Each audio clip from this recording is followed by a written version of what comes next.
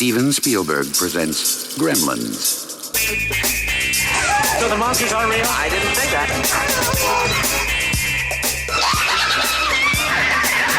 If you're not doing anything this Thursday night, maybe you'd like to go out on a date with me? But in a few hours, you're gonna have a major disaster on your hands. Come on, Barney, be a good dog. My dad gave it to me. Hundreds of them. Well, I don't know, maybe thousands. Now, was that civilized? No, clearly not. Fun, but in no sense civilized.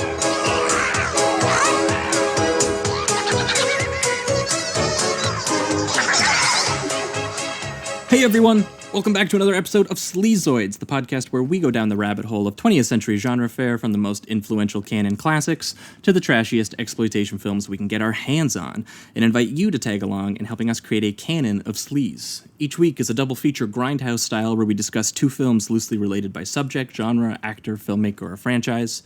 At the end of each episode, along with our honorary Sleazoids, which you can become by subscribing on Patreon, we decide on the official ratings and rankings for every film that we cover. Patreon subscribers also get an on-air shout-out and 2 bonus episodes every single month, which we've been doing for a few months now. Yeah, we've got like 12 episodes, I think. 12 or 13, something like only, that. We did a Cronenberg one, we did a RoboCop one, all kinds of stuff back there. Good stuff. So if you guys haven't hit the jump on that yet, there's lots of episodes waiting for you. And speaking of which, we do actually have 2 patrons to thank this week, and that is Daniel Williams, thanks for joining us, as well as Dean Ellis. Thank you, guys. Thanks so much for coming on this sleazy journey with us and getting all those bonus episodes. But I think, is that going to be the plug for the week? Oh, no, iTunes. If you guys are listening on iTunes or Stitcher or wherever you guys are listening, we always forget this part. Yeah. Make sure to just give us a good old rating and review if you guys are enjoying the show. And we're on YouTube now as well. We're on YouTube. We're everywhere. If that's where you listen to stuff. Shit somewhere, we're probably there. It's fine. But yeah, those are going to be your plugs for the week. I'm your host, Josh Lewis, and as always, joining me is my co-host, Jamie Miller. Jamie. Welcome back. Miller. Yeah. Free listeners, that would have been the last time you guys would have heard from us would have been about 2 weeks ago. And we would have been talking David Lynch's Eraserhead. Yeah, we've been scrambling our brains. Yeah, we've been going a little crazy in conjunction with Nobuyuki Obayashi's House. Both totally batshit 1977 debut feature films by some inspired filmmakers, and which we talked with Jay Rosenfield. It was a lot of fun talking about that. So if you haven't heard that episode, that was 2 weeks ago. It's for free. It's back there. But patrons, you guys would have heard from us last week, where we would have been talking The Holy Mountain. Yep. 1973, Jodorowsky. What a trip. Yeah, we kind of went into the realm of 70s sacrilegious controversy cinema, and paired it with Ken Russell's The Devils from 1971. We found an uncut copy, which was just bizarre, and it was pretty nuts. If you like your witchcraft movies with more brutal burnings and some giant orgies where nuns are 69ing the Jesus Christ statue, crucifixion, whatever it is, that's the movie for you. That's the one. So that is over on our Patreon, that episode. That was last week. But this week, we have a very special episode for you guys. This is an episode we've been wanting to do for a while, and we knew we had to get on the show because Joe Dante is absolutely one of my favorite filmmakers. And his seminal works, Gremlins, probably one of the more iconic that he did in the 80s. And Gremlins 2 were 2 films I really wanted to get on this show, but we hadn't really had a great excuse to. And we have a really great excuse to this week.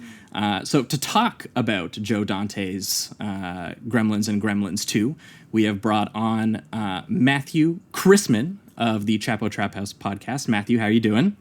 Hey, good. Thanks for having me on. No problem. Thanks for coming. And to crack open the theory book alongside Matt to get into sort of the more studious, the more academic side of what Joe Dante is doing, we have brought on the Gremlins 2 Institute of Studies. How are you doing, Gremlins 2 Institute of Studies? I'm doing good, but I think I might be on the wrong podcast because I was under the impression we were talking about Alvin and the Chipmunks, the Squeakquel, and the Chipmunks Chipwrecked. That's next week. Yeah, I didn't come research for that one either. We don't. But I prepared an opening statement. I don't know if it's relevant, but I can read it. Fair enough. Yeah, do it. Okay, the Alvin and the Chipmunks quadrilogy is an underappreciated achievement in filmmaking, a daring exploration of the relationship between humans and animals. The chipmunks themselves are a miraculous, yet simultaneously disturbing fusion of human and animal. We see similar themes in the 19th century French prose poem Maldoror, which the disruption of the barrier between human and animal leads the reader to find, quote, that the author is revealing to him a new mode of perception, a vision which is not restricted by the artificial limits imposed through culture, since the boundaries between the objective and the subjective have vanished. But while they demonstrate a capacity for thought and emotion, the chipmunks also revert back to animal behaviors and instincts in certain moments of comic relief. These actions find their parallel in the romantic misadventures of the human character, Dave, whose sexual ambitions are often thwarted and frustrated by the chipmunks' antics. This, perhaps, is meant to draw on our own discomfort in our own proximity to the animal kingdom. The chimeric nature of the chipmunks is also our own. The film series reaches its moment of cinematic apotheosis in its third installment, Alvin and the Chipmunks Chipwrecked, when we find the infernal rodents stranded on an island and thus removed from their proximity to humans. In dissolving this juxtaposition, which had served as the thematic backbone of the first two films, we are forced to reckon with the chipmunks in isolation, something referential which has lost the very thing it is referencing, whose meaning now exists as something free-floating, groundless. However, the gradual introduction of human characters back into the plot quickly forecloses this tantalizing possibility. Throughout all four films, popular songs are replaced with pitched-up vocals and are thus rendered uncanny. However, in the current day, such techniques are no longer novel or jarring, as this technique has been embraced by electronic and hip-hop music. In light of this, we can recast the early Alvin and the Chipmunks as a distinct part of musical modernism or even futurism. In fact, they debuted in 1958. Alvin and the Chipmunks were arguably the first beachhead of the electronic avant-garde into popular music. For all their effort, the films simply do not live up to that legacy. Dude, wow, that was fair enough. That was pure cosmic brain amazingness about Alvin and the Chipmunks, and I appreciate it. I'm putting that in a little segment. Are there four movies? There's four of them? There's four of them? I didn't even know My that. favorite is Road Chip, personally. I think I've only seen the first one. Oh, that's hilarious. Well, thank you very much for that. Well, thanks for bringing that onto the show. And I see that you're branching out the branding, extending the course load yeah. into other works that don't involve Joe Dante. But today we are going to be focusing exclusively on the works of Joe Dante. We can talk a little bit maybe about the Burbs, maybe a little bit about Small Soldiers, but for the most part, we're going to be focusing on Gremlins and Gremlins 2. And with that being said, I think we're going to just jump right into it. Gremlins. Billy, what are these things? Where do they come from? Look, I know it sounds crazy, I know. But in a few hours, you're gonna have a major disaster on your hands.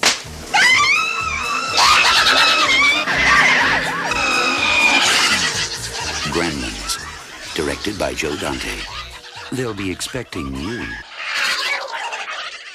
All right, we are talking Gremlins, the 1984 American, called a horror comedy here. I guess that's sort of correct. Yeah. Joe Dante, like many filmmakers we talk about on the show, kind of defies genre in a lot of ways, or at least melds them so cleanly together with his own sort of cartoon style that you kind of lose one side and have yourself kind of ending up all the way on the other. Some funny moments wind up with sadness. Some sad moments wind up with some more absurd ones. But Gremlins, one of his earlier, more popular pictures, he got started out wanting to be a cartoonist. He eventually went and got some producing help from Roger Corman. Which we did see with the lead character, too, right? Yes, he also wants to be a cartoonist. But Joe Dante got started out making Piranha. I don't know if you've ever seen Piranha, Jamie. No, I don't think I have. It's a good send-up of what Spielberg was trying to do with Jaws. That was made? Oh, I can't remember now. Early 70s, mid 70s. Okay. You know, I might have actually This was before that. on TV. Maybe. And then he expressed his chops in a more. Piranha is horror elemented, but in a more straight-up horror film with The Howling, before making his way and taking on Gremlins, which, being written by Chris Columbus, has a bit of a more sentimental sort of Amblin picture feel to it. Yeah. And for some reason, Spielberg thought that Dante was the man to do it, even though it would have been a very different picture under someone like Spielberg's control, who the film was clearly initially written for. For sure. There's a lot of dark undertones to this film that I wasn't expecting. I mean, it's probably a little crazy to say, but this is the first time I've seen both of these movies. They just never got around to me when I was younger, and just never got around to watching them.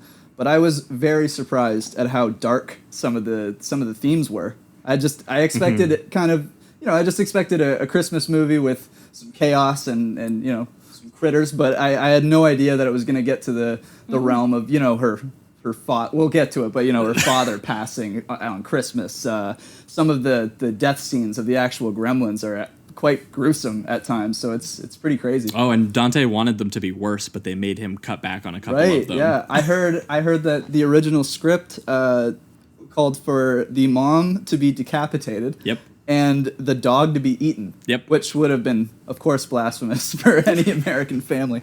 But for anyone unfamiliar with Gremlins, I mean, I'm not. Maybe there's one of you out there.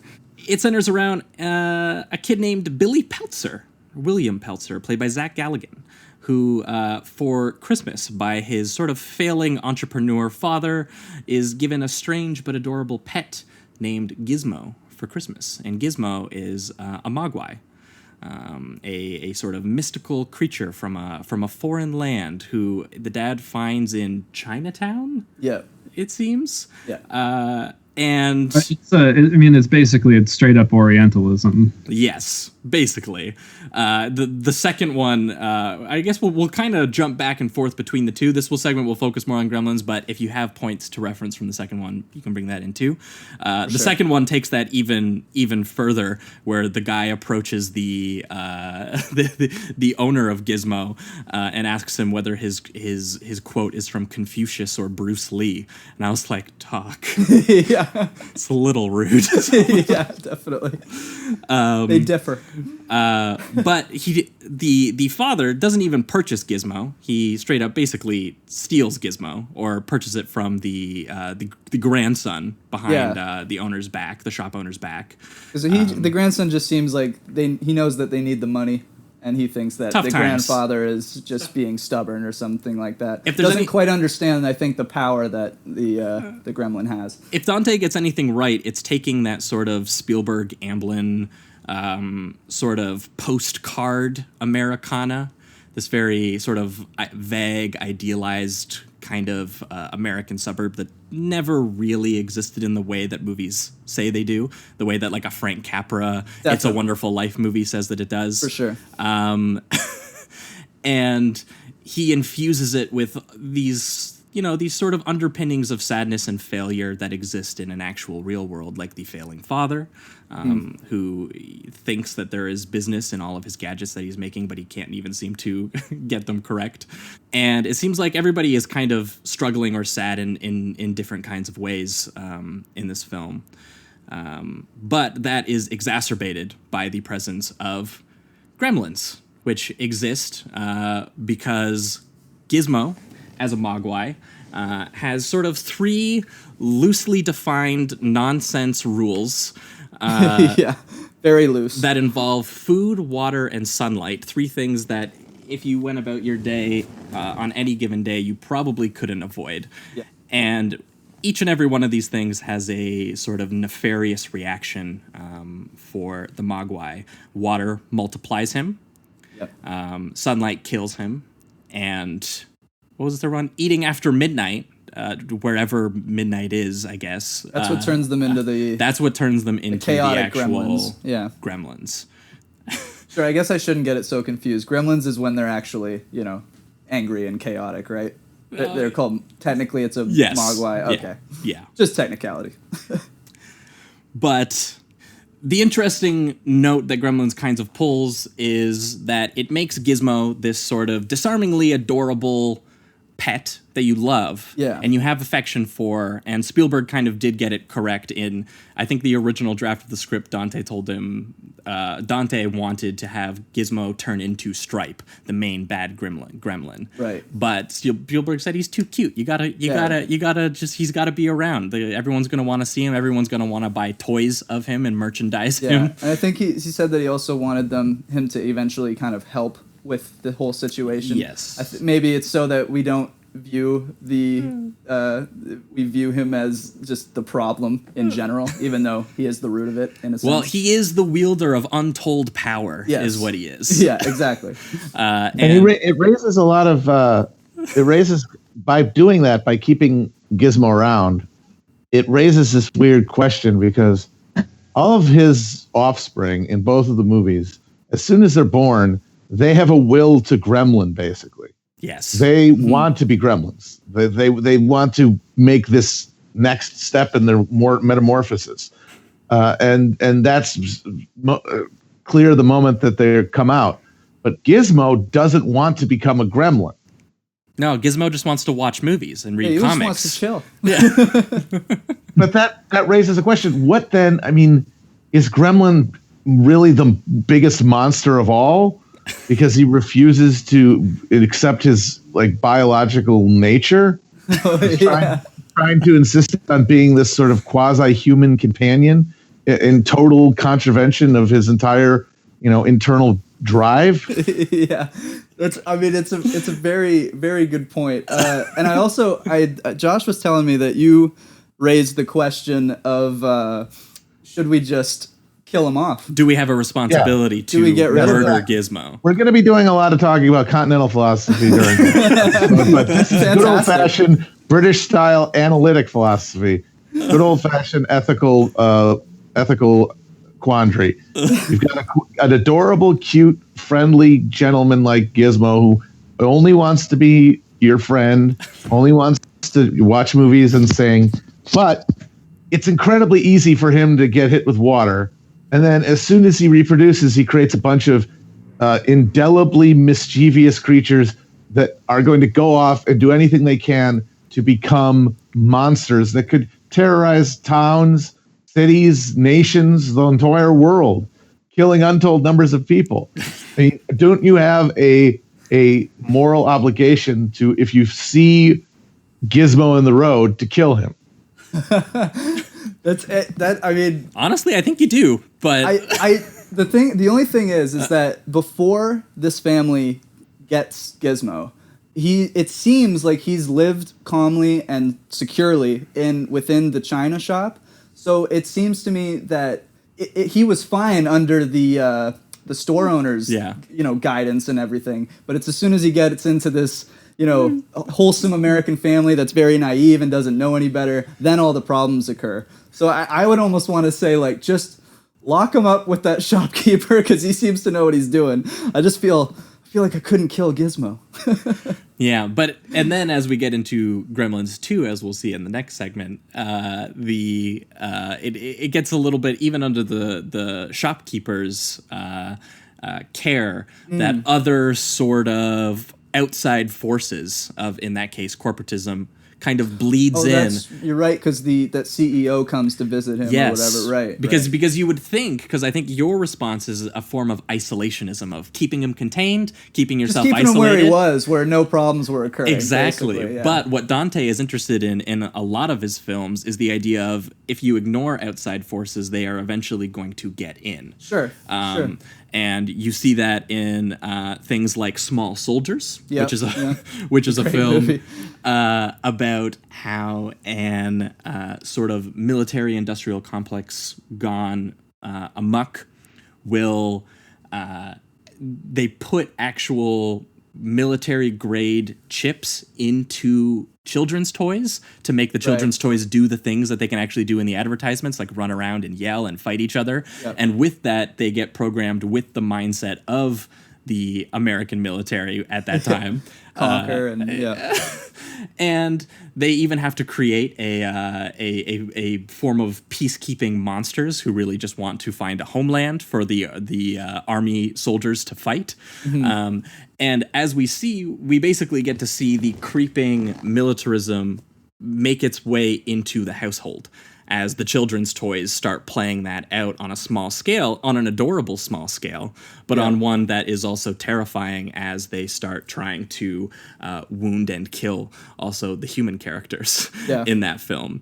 And it's the same thing with a movie like The Burbs, which is Tom Hanks, which is sort of like a kind of like a Dante's version of like a Rear Window, which sees Tom Hanks' sort of normal suburb that he wants to keep normal, to the point where he basically has a mental breakdown imagining that his neighbors are cannibals, and he almost dreams of them and wishes that they were so that he could return normalcy back to his own suburb. And it's like these sort of like weird outside forces and other anxieties basically sort of like infect the American suburb, which has isolated itself and is ripe to be infected by these things. Yeah. I think one thing that's interesting about the trajectory from Gremlins to Gremlins 2 to something like Small Soldiers is that he almost seems to come around on his position about the Gremlins themselves, because even though there's like the bar scene in the original Gremlins where they look like they're having a lot of fun, in the second film, they're much more, I don't know, playful, almost benign. I think they only kill one person, who's the doctor, who experiments on animals in that film.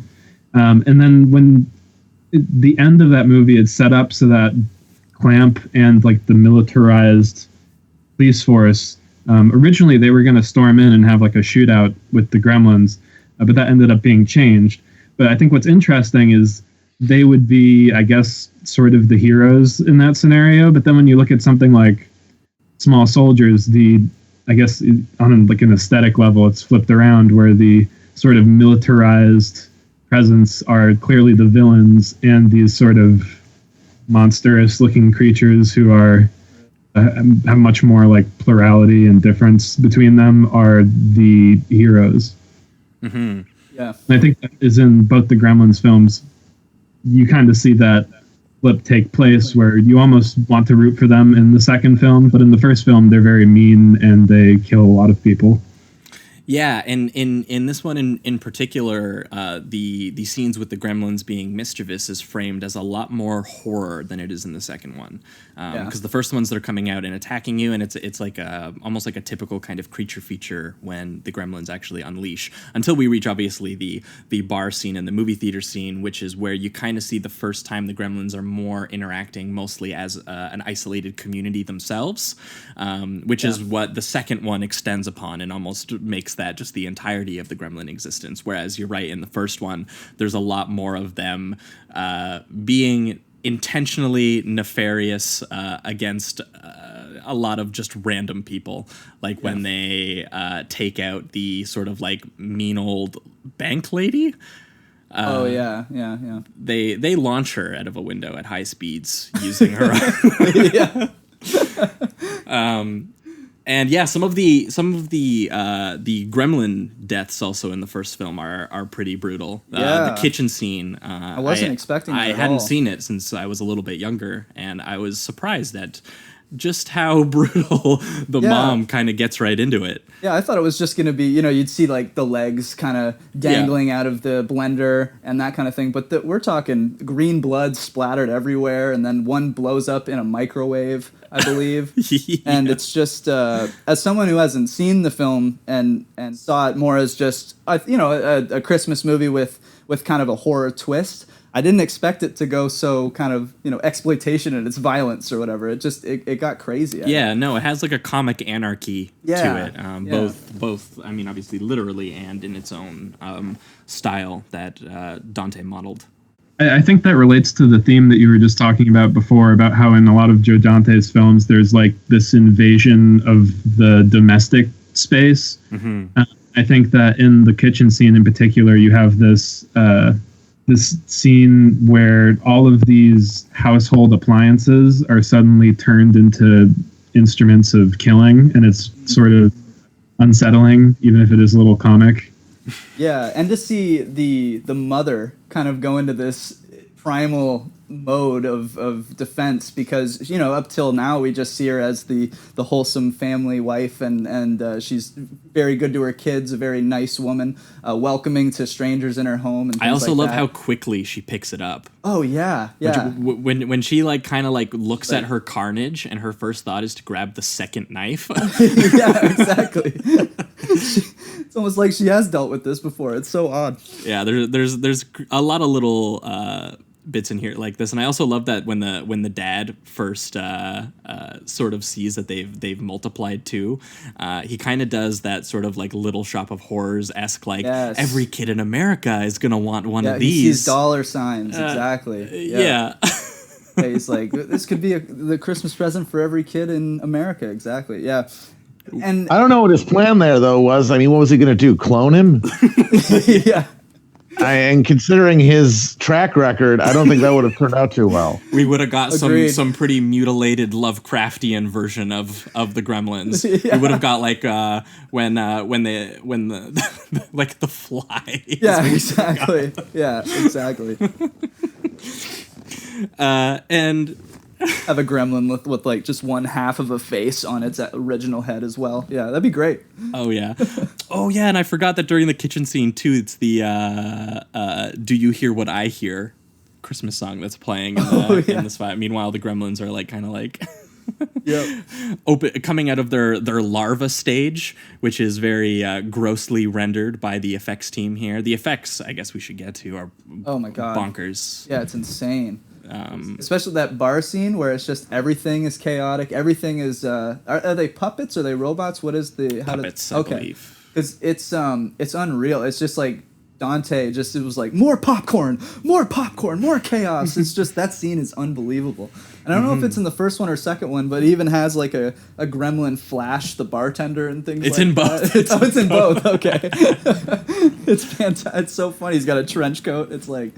Oh man. No, and one thing in particular that's going to be So really much good important humor. when we get into the second one is the way that Dante, huge movie fan, obviously, and it seems that Dante, as someone Especially who has, sci-fi, it he's seems. grown up ingesting a lot of movies and a lot of American pop culture, and that specifically is how he has realized the Gremlins when they are, finally a formed community, and they're sort of kind of a lot of our worst tendencies in a microcosm. They're considered sort of like a pure id version, and the way that they act though is in references and is in kind of tropes and things that we've seen in movies, like that flashing bit, and Which this you think directly relates to Gizmo enjoying film and consuming it, yes, so it's kind of just within their because within their Gizmo nature. obviously clearly loves watching movies, Yeah. and I think that it is not a coincidence that when the Gremlins come out, they come out sort of reenacting on a smaller scale our own culture at us, our own. In the second one, they get a little bit even. They start enacting our own politics at us. They start enacting. It's almost they're like mocking it and embracing it all at the same time. Yeah. Well, that's what Dante is doing with it. The Gremlins almost seem to be just sort of on a fast track to going through Yeah. civilization on a much faster pace. Yep. And they're going down a very negative road as well. Yeah. Well, I would I argue. think in the first Gremlins, we are looking at the site of consumption, which would be a small family home, the television. And this is something that you see in other Dante movies, like The Burbs. A lot of Tom Hanks' paranoia is fueled by these things that he keeps seeing on TV in that movie. But I think in Gremlins 2, what's interesting is that they're in a television studio, so it's sort of flipped around. There aren't really there isn't that typical Joe Dante scene where a bunch of characters are watching a movie, or you cut to to the opening shot of a scene would be the shot from like the TV, and it will pan over to the characters. That doesn't exist in Gremlins 2. Gremlins 2 is purely at like the site of cultural production. Mm-hmm.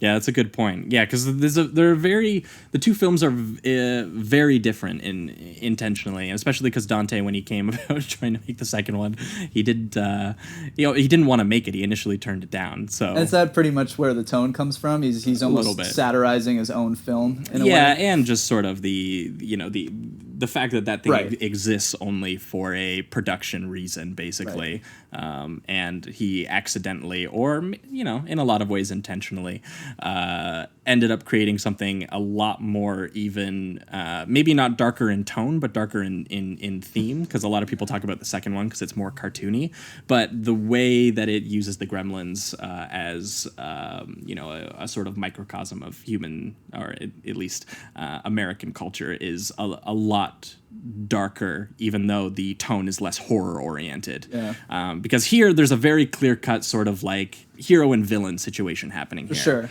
Yeah, the second one gets into more of a gray area, I would say. But this one, I think, it does try to still have that, I don't know, family Christmas vibe in a way for a film. Mm-hmm. It's still, it's a lot of people's favorite holiday movie, and maybe they're not quite getting the poking at consumerism and things like that. I think that there is, but I also think that there's like there's. It's we found another way to merchandise Christmas again by selling gizmos. I was just going to say, it's pretty ironic because this afterwards became, a very big commercial success, and they made a lot of licensing deals for, merchandise and products and things like that. So there's some irony there, for sure. That's what I think Dante was responding to when he got around to the second one, because the first one he's very clearly satirizing this sort of like Spielberg Americana. And mining it for the inherent darkness that there actually exists in these sort of hokey small towns that Spielberg tries to render in a more loving manner. That gets especially clear as we've talked about. Obviously, the existence of gremlins is inevitable, and it is especially in the first film when they start wreaking havoc. They are attacking all kinds of townsfolk who are just trying to enjoy their Christmas Eve. And eventually we end up both at a giant... We had a big bar sequence that we've talked about, but we haven't got to the movie theater sequence yet, which is a classic kind of thing to have in these sort of like drive-in kind of movies, I guess.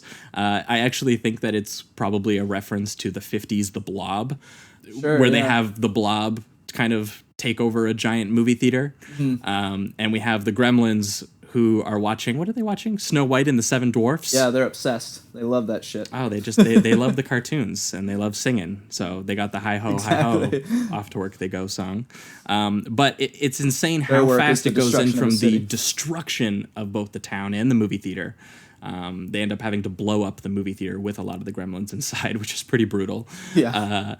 We get a more traditional horror climax inside of a department store where we have them reenacting like Texas Chainsaw, and we have Gizmo driving around. Yep. And it gets very ridiculous and cartoony, because that is Joe Dante's kind of main mode of operation. But in retrospect, when you're sitting there thinking about it, you're like, wow, that was really, really dark.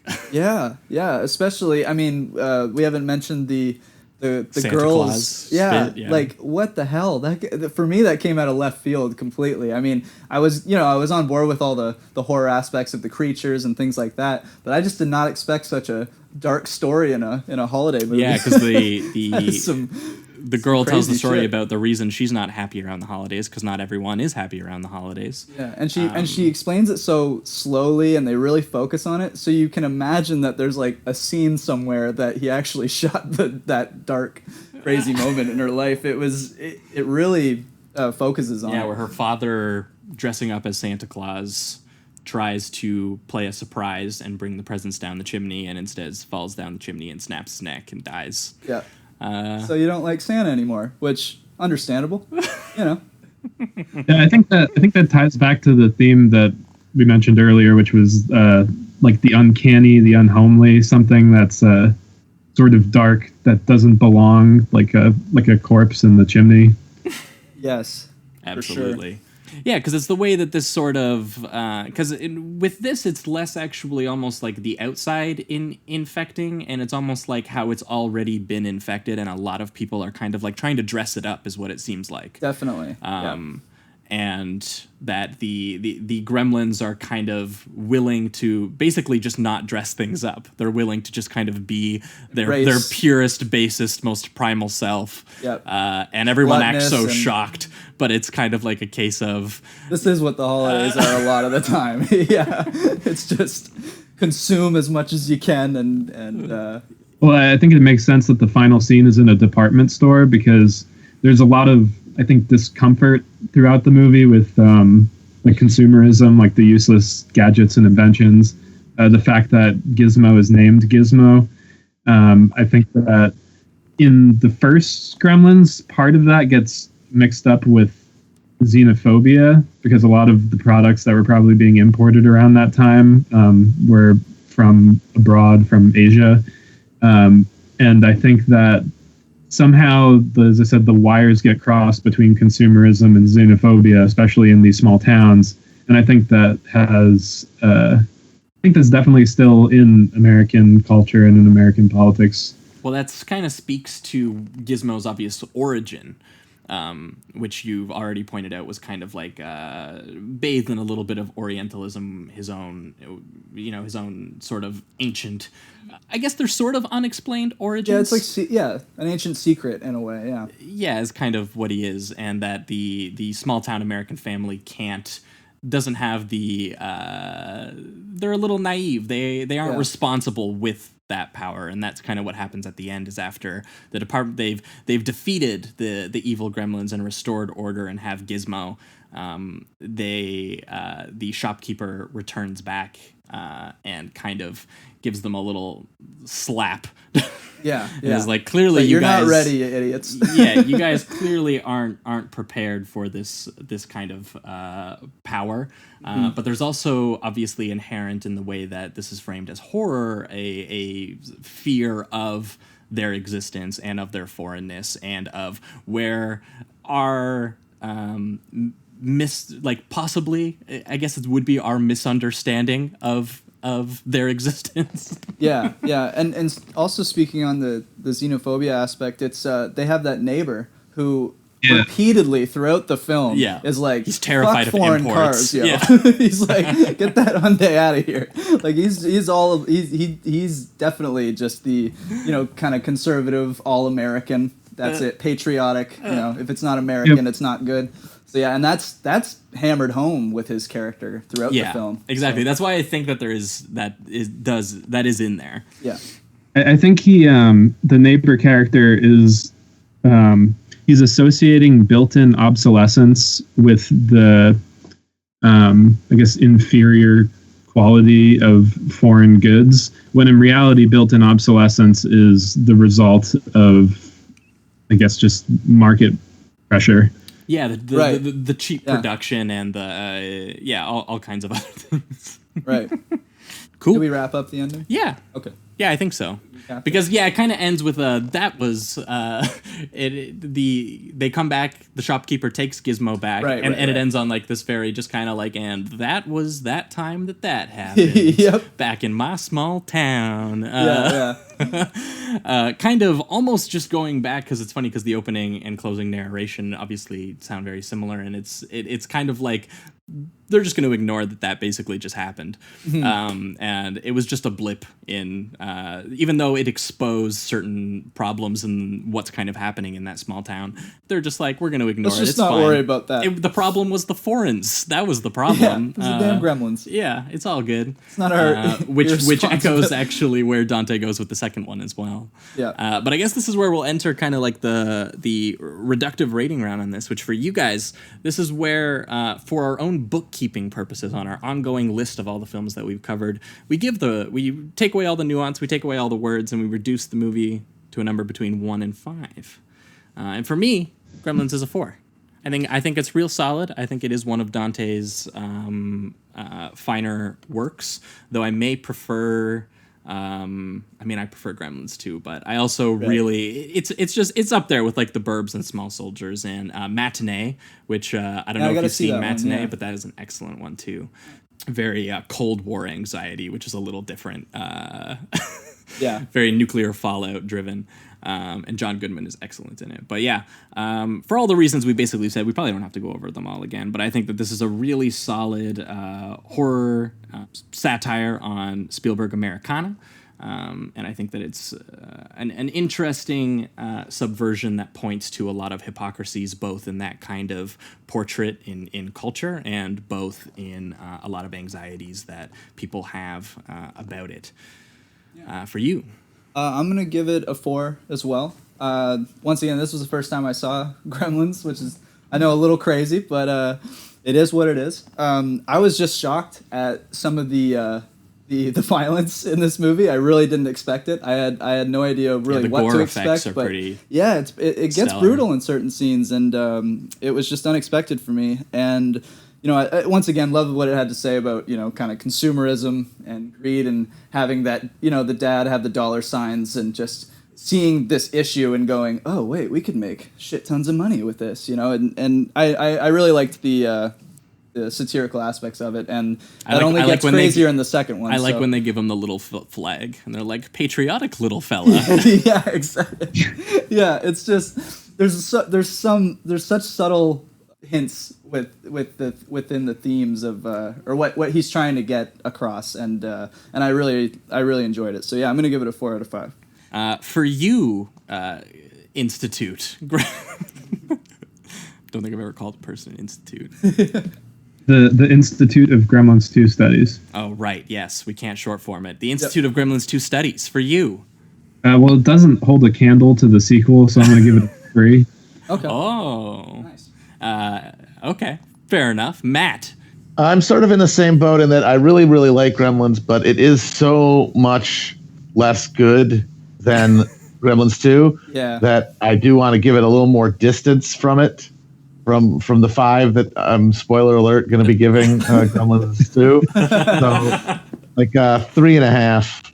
Solid. Well, that works out. Well, that'll wrap it up for Gremlins, and I think everyone's biding their time, waiting for this part. Yeah, we really want to start talking Gremlins 2, so let's do this. We're going to jump right into Gremlins 2. The new batch.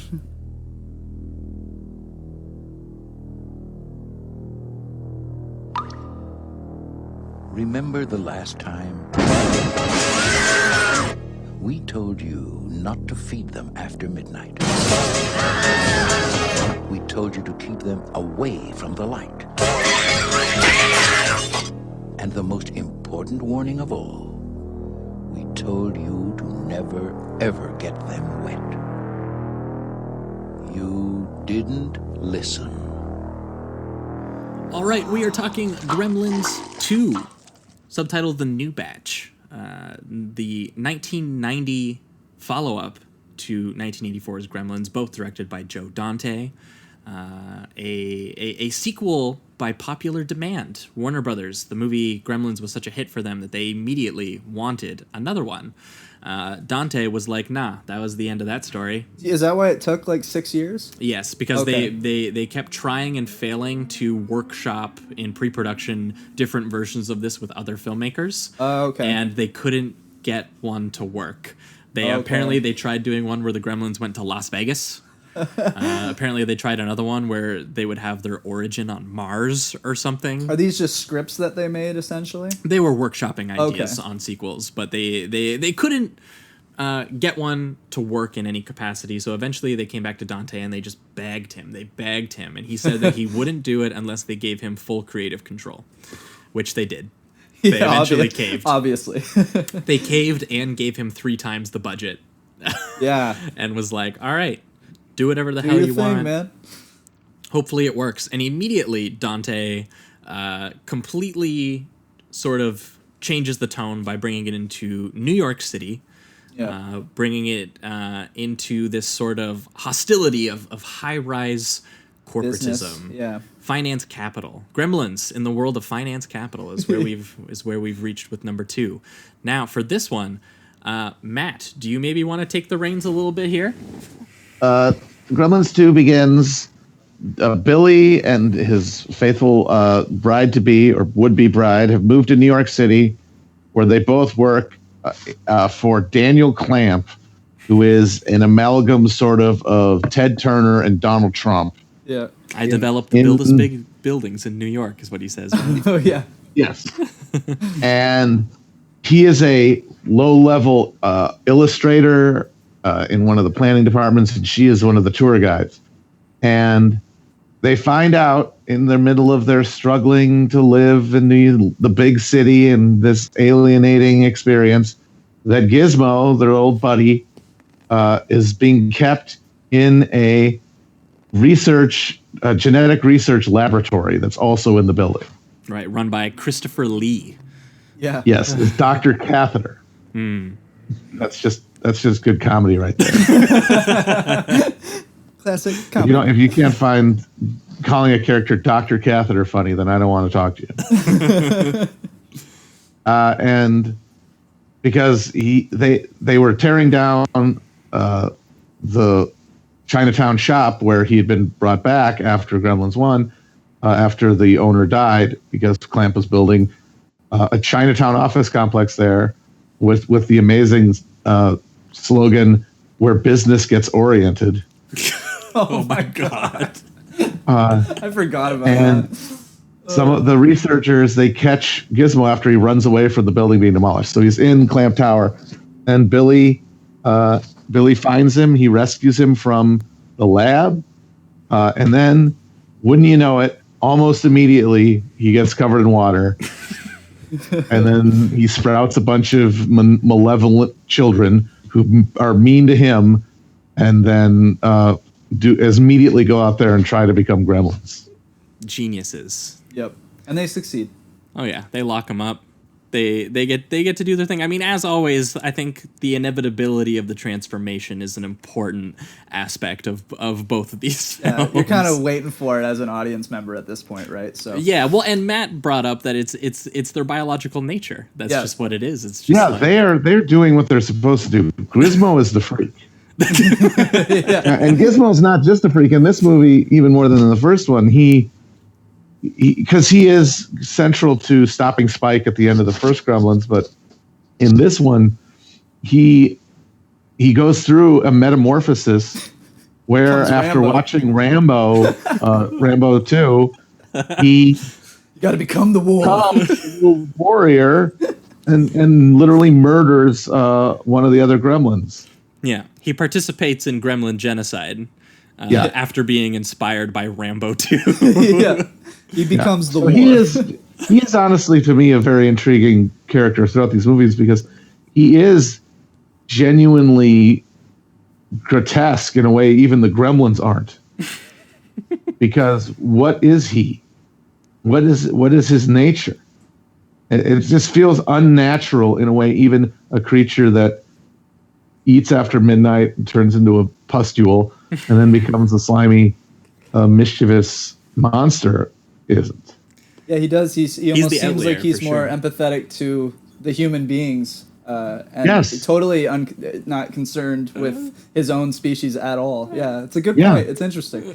I mean, you wonder why is he the only one? And you kind of wonder if is he just systematically killing every other good one mogwai that isn't him? Yeah, this is all actually just a ruse so that he can keep doing genocide. He's actually really fucked in the head. He's like, I hope I get wet, but I don't want to make it obvious. You know, I want them to feel like it's their fault, so then I can just start killing these things. Yeah, you're right. Gizmo's a psychopath. Yeah. And I love that they bring back because there's all kinds of movies referenced in the first one, like the Capra films, and he also watches like these old Hollywood films like To Please a Lady and Invasion of the Body Snatchers and all these things. Yeah. And it's really telling. I think even the Doctor holds a pod from Invasion of the Body Snatchers at one point. Like, there's a lot of really interesting sci-fi references that are just in the background of the movie.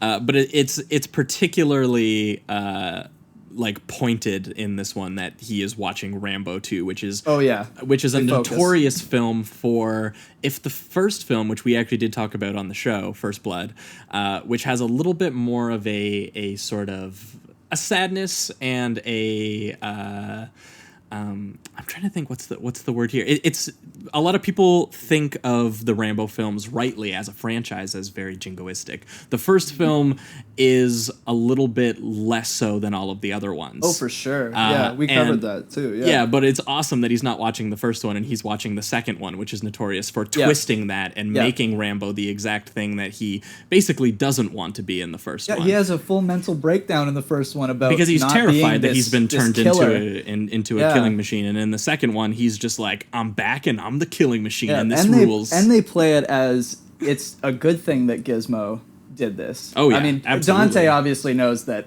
it's not, but the characters themselves at the end say, hey, Gizmo, you got a good look there. And he's got the Rambo red headband around him and stuff like that. Well, it's the same thing at the end of the first Gremlins, where they see this unfold right in front of their eyes and they decide that they can just ignore it. Despite the fact that everything that the Gremlins do in this is basically proof that the current route that we're on is not conducive to the longevity of society, of civilization at large. And yet we're going to keep selling it. We're going to keep merchandising it. We're going to keep doing all of the things that aren't working. And the Gremlins in this are basically a cartoonish display of all of those tendencies. And even seeing that happen on a small, brutal scale isn't enough to dissuade people from doing anything. In fact, I think at the very, very end, when they do eventually just wipe out all of the Gremlins inside the building, except Gizmo, they I can't remember what the line is, but he's just like, I like that, we'll sell it or whatever. Yeah, I can't remember but I remember what you're referencing. But this one, interestingly, the change in setting obviously is the biggest difference from Gremlins to Gremlins 2. That the small, hokey Americana is very different than the New York City corporatism that's happening you get that from the very beginning when after the opening Warner Brothers logo with Daffy Duck and Bugs Bunny, some of the first scenes in the movie are just that small kind of cozy Chinatown shop just being bulldozed to presumably be replaced by this sterile, placeless skyscraper. This kind of like in the movie, the skyscraper, the plants in it are like silver or gray. Like they're not even those are just lifeless and completely like mechanized and detached from nature. Yeah, and it's all produced by Clamp Industries and Clamp Cable Network, which the logo is literally them squeezing the earth. Which, I mean, like, you can't... Damn good symbolism. It's like Dr. Evil shit. Like, you can't even get more overt than that. They didn't even try to hide their tendencies. And they have all kinds of neat little touches about this automated building, and the fact that it's basically just as poorly produced and breaking down as the dad's gadgets in the first film. None of the swinging doors are working. One guy just gets sent revolving. One dude launches out of it, and then later in the film, another person is just stuck in there. They're just like, we're coming to get you. It's all good. And they have they don't know anyone's names in the building. They have like badge tags that they electronically read your identity off of. And they're like, oh, hello, William Peltzer. It's like, it's Billy. And they get all mad at him because he has, as a cartoonist, he has a drawing of his hometown, Kingston Falls, which is the small town from the first film. And they tell him that he's not allowed to have it there. He's only allowed to have authorized modern art. That has been approved by the corporation to hang in his cubicle. Did they kind of take that in a different direction at the end, because Daniel Clamp sees that drawing and he wants to turn it into Clamp Corners, this like simulacra version of Kingston Falls. That's what it is that he does at the end. That's what he comes up to. He comes up to his drawing. He's like, "This is great. Oh, okay. let's make this."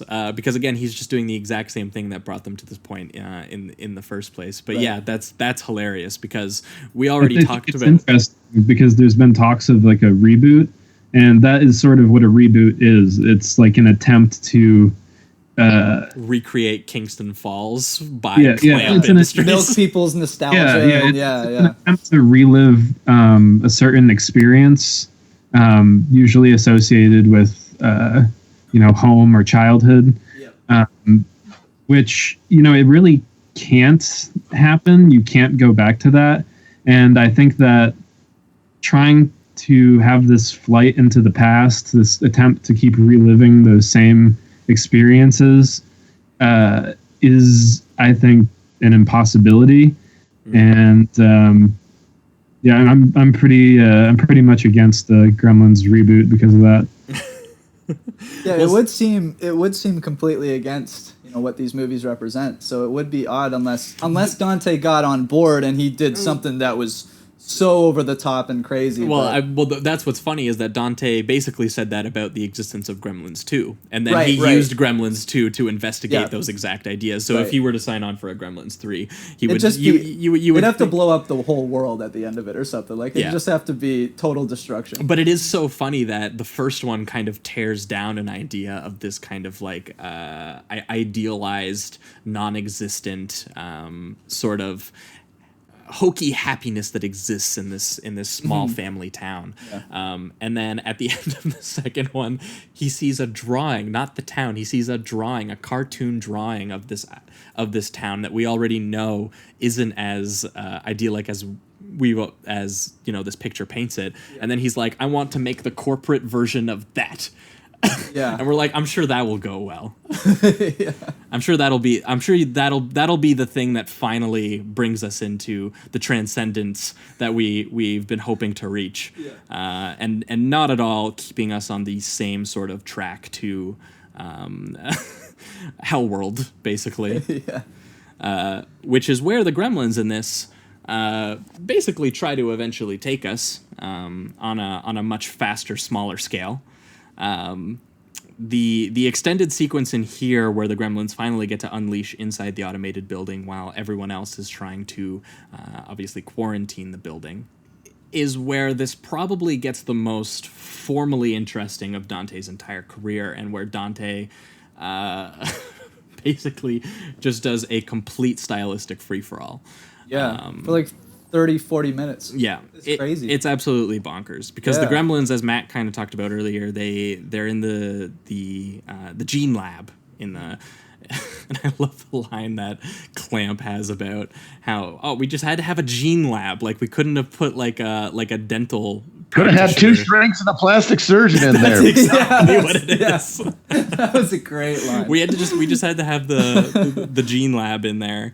But the Gremlins get access to the gene lab, and that exacerbates the already mischievous behavior that we saw in the first one. And because they have a lot more sort of space to move around to, or maybe not space because they did have a whole town, but a much more variety of things to engage with, we get to see Gremlins acting in a little bit of less mischievous ways and more in like we just want to live. They want the pleasures of life and civilization, and where I guess is kind of where Brain comes into play, right? Yes. Where you get the very first fully speaking gremlin, and he's very sophisticated and yet still seems to think that the way to go is the way that we've been going. And he wanted, what did you say earlier? We were talking, you said he was like, he wanted the Geneva Convention, the things like Susan that. Sontag. Yeah, he basically wanted things that exist because terrible things have happened. Right. And I'm like, to want those things means you also want those terrible things to have happened. Right, exactly. Like the idea that civilization to him is war crime laws and things like this. And I'm just like, well, hopefully you would want to just avoid war crimes. Instead of preparing for it before you've even done them. they are a manifestation of a lot of our worst tendencies. They are, again, similar to the first. They are pure id, but this time they have more playfulness and they have more opportunity. Is what kind of happens in this one. Brain sort of operates as like a civil rights leader for the Gremlins. Is kind of the idea that it takes on. And his one moment where he's on national television and shoots one of the Gremlins in the face, and then he's like, that was fun, but it wasn't civilized. Like, it's just, oh my god, the way that even the intellectual gremlin views the world, you know, it's frightening. Well, I think we had to ask whether or not the brain gremlin is not that smart, and he's just sort of similar to the other gremlins, except, you know, he can speak more eloquently. So when he talks about civilization, he's just listing off, you know, whatever associations. He's sort of free associating and just listing things like credit cards and like Susan Sontag. Yeah. But alternatively, you could say that he's purposefully being sort of cryptic and incomplete with what he's expressing, because he has no intention of, you know, negotiating with people or the humans or telling them the truth, because, you know, he's just going to lead all the gremlins out of the tower and have them take over the city. Right, he's going to lead an imperial march. Yeah. That's the plan. And do you know what? Go for it, man. Things can't get much worse. Yeah. But yeah, they get to do, this is where things get really, really playful. And we get lots of things like when they take over the elevator. Oh, yeah. And the bit of gore that Dante gets to use here is when Clamp puts the one into the shredder. Oh, yeah, that was insane. Very gross. It's very violent, yeah. It actually, it made me do you think that they only focused the violence on the gremlins so that they could get away with certain other things with the humans? Because there is a moment where the gremlin is like just biting on this dude's neck, and I almost wanted there to be like a spurt of blood going off in like a true R-rated horror Gremlins movie, to be honest. It was like, because I saw that shredder scene, and then when it comes to the human violence, it's actually not as violent, yeah, that's just to secure the PG rating. That's okay. Yeah. Because violence against gremlins, and it's kind of speaks sort of in a meta fashion, violence against gremlins is totally fine. Exactly. But violence against humans is in the reverse is not. Yeah, I think that in both films they use the fact that violence against the gremlins is more acceptable. Like the mother in the first film, you remarked earlier about how quickly she just turns around and she's willing to just start murdering these things. And you could say that she sort of has this repressed anger and frustration with, you know, her husband's failed inventions that she's taking out on the gremlins. And I think the same is true in the second one, where, you know, Daniel Clamp is really quick to kill that gremlin that's disguised as his secretary. Yeah. He seems nice and charming, but that's definitely sort of sociopathic. Yeah, like he was waiting for an excuse. And yeah, Brain starts commenting on the stock market. He tells everyone that they should be investing in canned food and shotguns, because that I think speaks to where he plans for the world to head, or where it's already on track to go.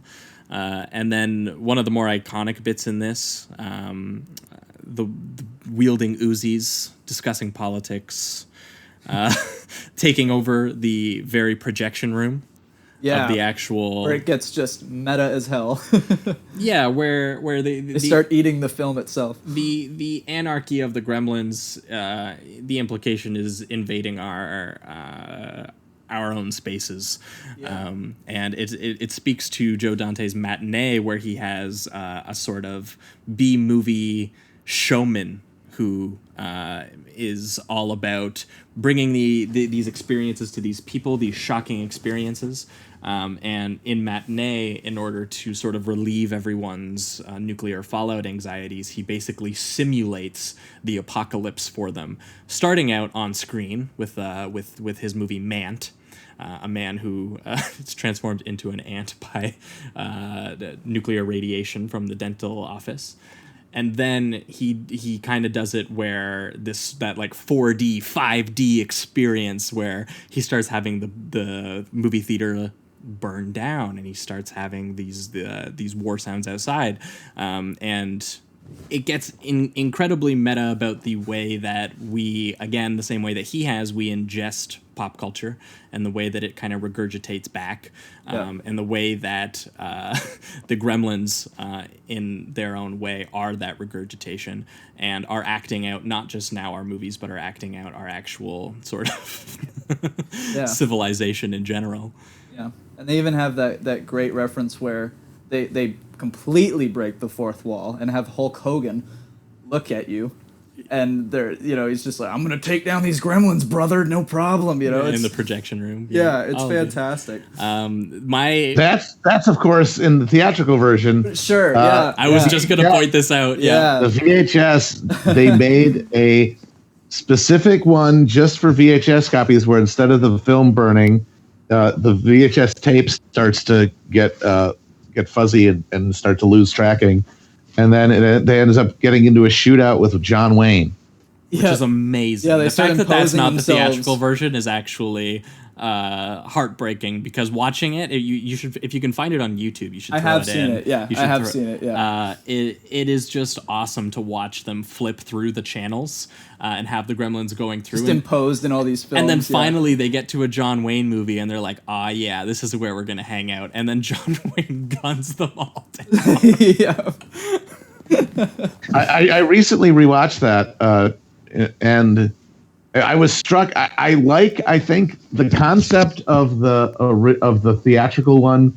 I like that, just the idea of you're in a theater and it's showing, this is essentially happening around you, and it has that William Castle Schlocky sort of, interactivity, but it also speaks to this idea of the gremlins as this irrepressible force that multiplied beyond human control and break through any kind of boundaries that might be set for them. But there is something about the flipping channels in the VHS version, especially the fact that they flip a few times through scenes of just absolute mayhem. Yep. There's one film, it looks like some Sword and Sandals movie with just an army of swordsmen charging past burning buildings. And it does have that, it definitely feels more apocalyptic. Yeah, this is kind of, the second one very much, I guess apocalyptic is the word. Yeah. Daniel Clamp has that video from The End of the World that he plays. Oh, it's amazing. Because how does it go? It's like, we're now going off the air. We hope that you enjoyed our programming, but more importantly, we hope that you enjoyed life. And it's all just these like stock footage shots of like a little girl running through the grass. Yeah. Parenthetically, that is based on a real video that Ted Turner had made for CNN. That I think is available on YouTube if you look for it, but they made an end of the world video. I'm looking that up like right just after in we case, finish or that. like Actually, Jamie, if you find that online, holy, that's a literal thing that Ted Turner did that they just put in the movie. That's fucking nuts. Holy shit! If you can find that, you should throw it in. Yeah, I might. Yeah, I'll throw it in here if I can find it. Wow, that's crazy. Yep. This is it, folks. The last thing you'd hear before you die in a nuclear hellfire. God bless America. Yep. Oh man. And as a lot of layers to this film. Yeah, well, because I mean, as the gremlins start creating chaos, the film, Dante's form just kind of gets radical. They start disobeying the laws of narrative structure.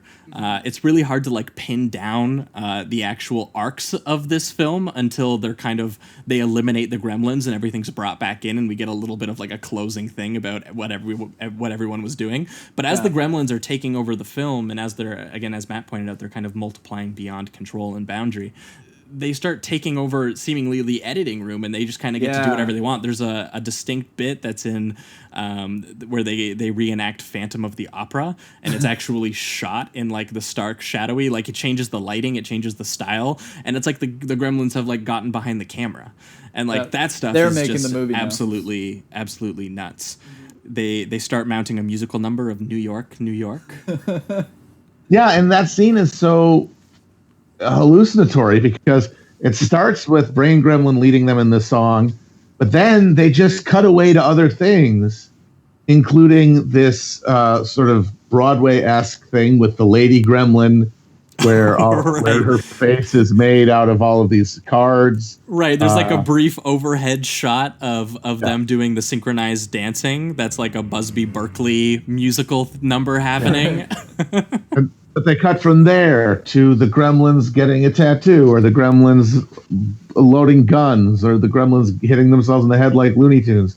And then they'll cut back to the song, and it's just like the sense of any kind of continuity is totally breaks down. Yeah. There's not any concern for spatially orienting anything or chronologically orienting anything. Right, and it really is. It's like this is what it is when the Gremlins take power. All of the things that you think you understand are just fall away because they absolutely ignore them all. Yeah, it's a formal representation in the actual style of the film of what the Gremlins are doing. Yeah. Well, I also think that it's sort of the inevitable consequence of just complete media saturation, because that seems to be like what the Gremlins are. Like they just they communicate in references and cultural signifiers, and just taken to such an extreme, it just, as you said, it's hallucinatory. It loses any semblance of plot. It's just a string of unrelated scenes and images. Yeah, and I mean they even stick to that at the very end when they're dying. They're still referencing film. You know what I mean? Like they can't escape that mentality at all. They have the burning witch from the Wizard of Oz reference and things like that. It's like, yeah, they can never escape that. They're getting Warner Brothers tattoos. Yeah. They were on the DC train pretty early. Great. I kind of want to just speak about just briefly, because I'm someone, once again, hasn't seen these movies prior to this. So seeing the first one and then seeing the second one and having no real, I don't know, like time attachment to it. Oh, yeah. Okay, I see. It seems to me that the second one is so obviously better for me, and I guess it seems for you guys as well. But it seems like a lot of people were really negative on it. I don't think it made a lot of money compared to the first one. And I was just wondering what your guys' take on was that. Was it because it was just too different? They were doing people's too response many... to it. Yeah. I was just curious. I mean, for me, it's just people are swine. Absolutely. Like they saw something and it was not exactly what they had gotten the last time, and so they just oinked and banged their hooves together in disapproval. Spot on, man. Yeah, spot on. I think that's kind of what Joe Dante wanted. Maybe not with the popular audience, but with the studio. Like they gave him complete control, and you wanted to flip him off a little bit. Yeah. I mean, that's why there's so many films like like The Matrix, which is trying to be subversive, but The Matrix made millions and millions of dollars.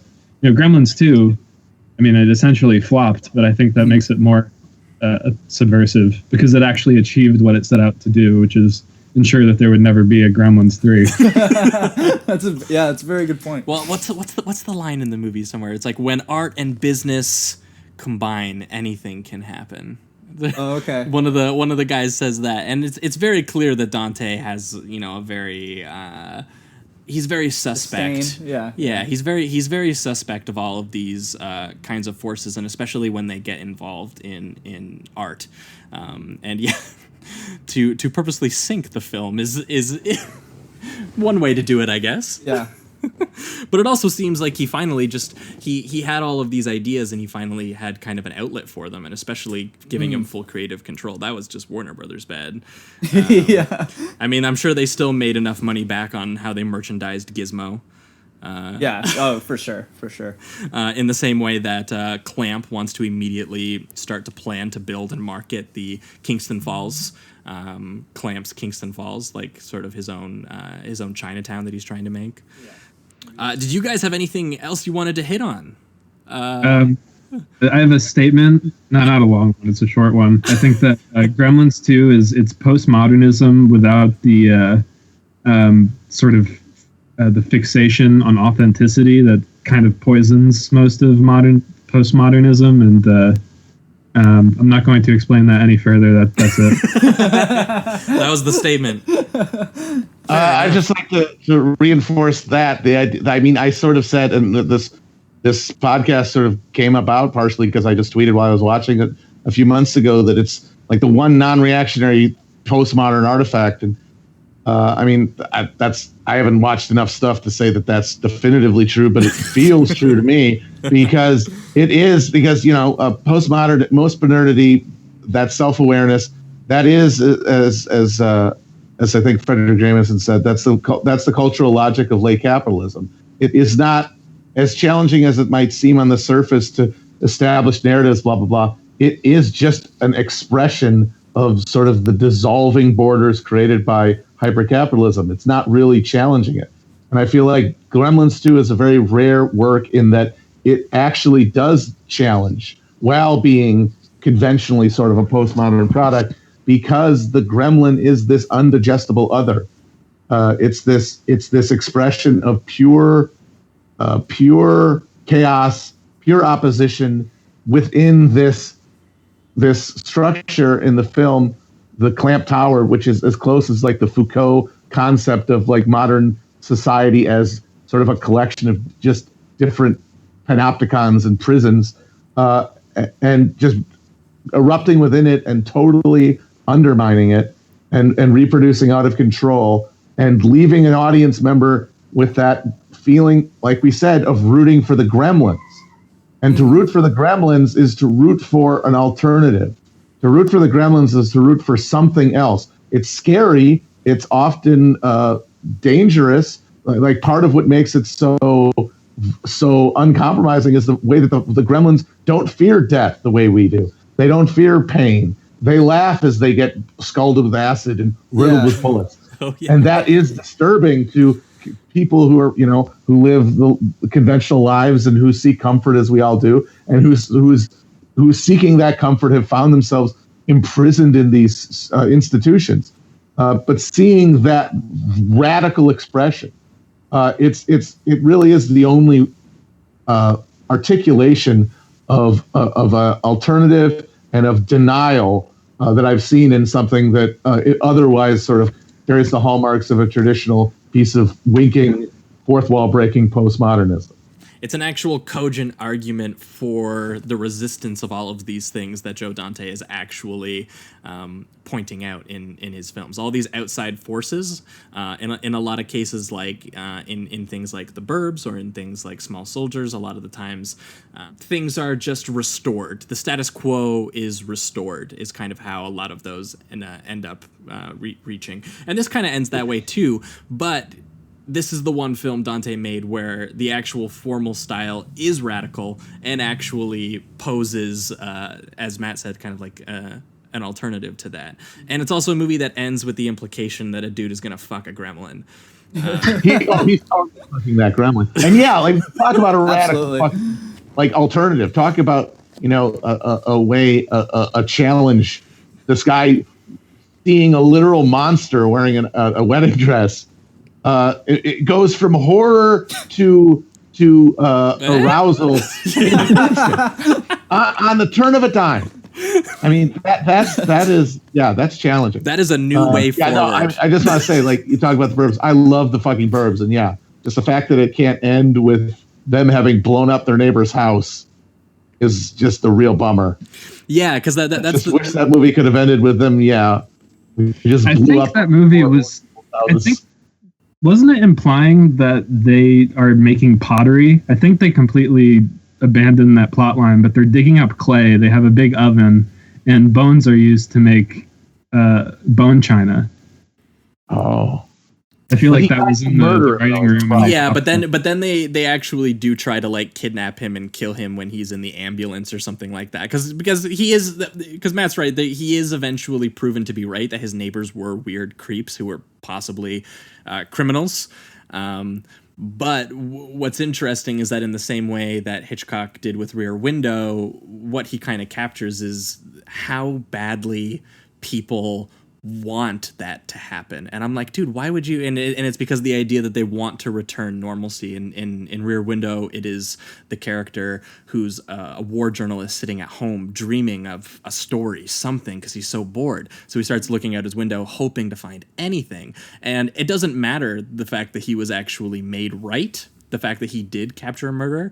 What's more important is that he only caught a murderer because of his own selfish desire for that story, which is kind of the same thing with Tom Hanks's thing, and all of his buddies, is that they they fantasize about the idea of being able to, of having creepy killer pedophiles next door that they can hopefully take down, because that's the ultimate expression of what they believe, which feels pretty apt in the era of like something like QAnon. Oh God, like that, the final thing that Art says when they're being interviewed by the reporters after they blow up the house, we're not content to mow our lawns anymore, we're out to get them. He literally says, "We're out to get him." Like that sounds like a George Zimmerman, suburban. It's like get who? Yeah, get who? You should want your neighbors to just be normal folks, man. Yeah. But again, there's all these sort of anxieties that exist in these modern suburbs and these modern institutions, and Dante feels like he is very cogently expressing them, especially here in Gremlins 2, which is possibly the most pure distillation of his style, just based on the fact that, he had full creative control, which is probably the first and last time in his career that he got that. But yeah, I think to return to what we were discussing like a minute ago. Yeah. Walter Benjamin once said, "Don't start from the good old things, but the bad new ones." And I think that Gremlins 2 actually embraces that ethos, in that in so much like postmodern art, there's this attempt to seek authenticity in the past. And this goes all the way back to like Heidegger and his actual philosophy. And I think that Gremlins 2 is an example of something that doesn't do that treats the past in an extremely unsentimental way. I mean, it starts with like just being completely like bulldozed, and I think that is what makes the film ultimately something which probably does deserve more attention and more study, because it attempts to go all the way down to embrace like all these crazy these things that already exist in over the top sequels, and just draw them out to such an extent that the movie completely goes off the rails and no longer even resembles your typical sequel. It barely even resembles like a film in the third act. Yeah, absolutely. I think maybe we'll enter final thoughts in the reductive rating round on this one. But for me, Gremlins 2 is a pretty easy 5. I really adore Joe Dante and everything that he does. I love his sort of Chuck Jones-inspired antics, his cartoonist way of looking at the world, but also I think that he has a very pointed critique of American anxieties and American institutions. And Gremlins 2 is, having watched a lot of his stuff and rewatched a lot of his stuff in the past week, is probably the most pointed example of it, alongside Small Soldiers, which I think is a little underrated, which I think it does a more overt job of getting into the military side of this, which he only gets one shot in here of the Gremlins who have established a military. But it's really awesome that they're about to go outside and the first thing they think of is like, all right, we got our military, we're heading out. Yeah. I think a lot of things that we've already talked about kind of get at that, the way that this movie formally breaks down distinguishes it in a lot of ways from movies that maybe even try to critique the same things. It's a very unique film in that sense. For you? Well, I am going to give it the 4 out of 5. Oh, man. I know. I'm sorry. Oh, I'm sorry. Ruined. But I do think I'm going to be going back to these two movies. First time especially watch after thing. these. Like you guys have really given me some new ideas when it comes to looking at these films. So once again, first time watcher.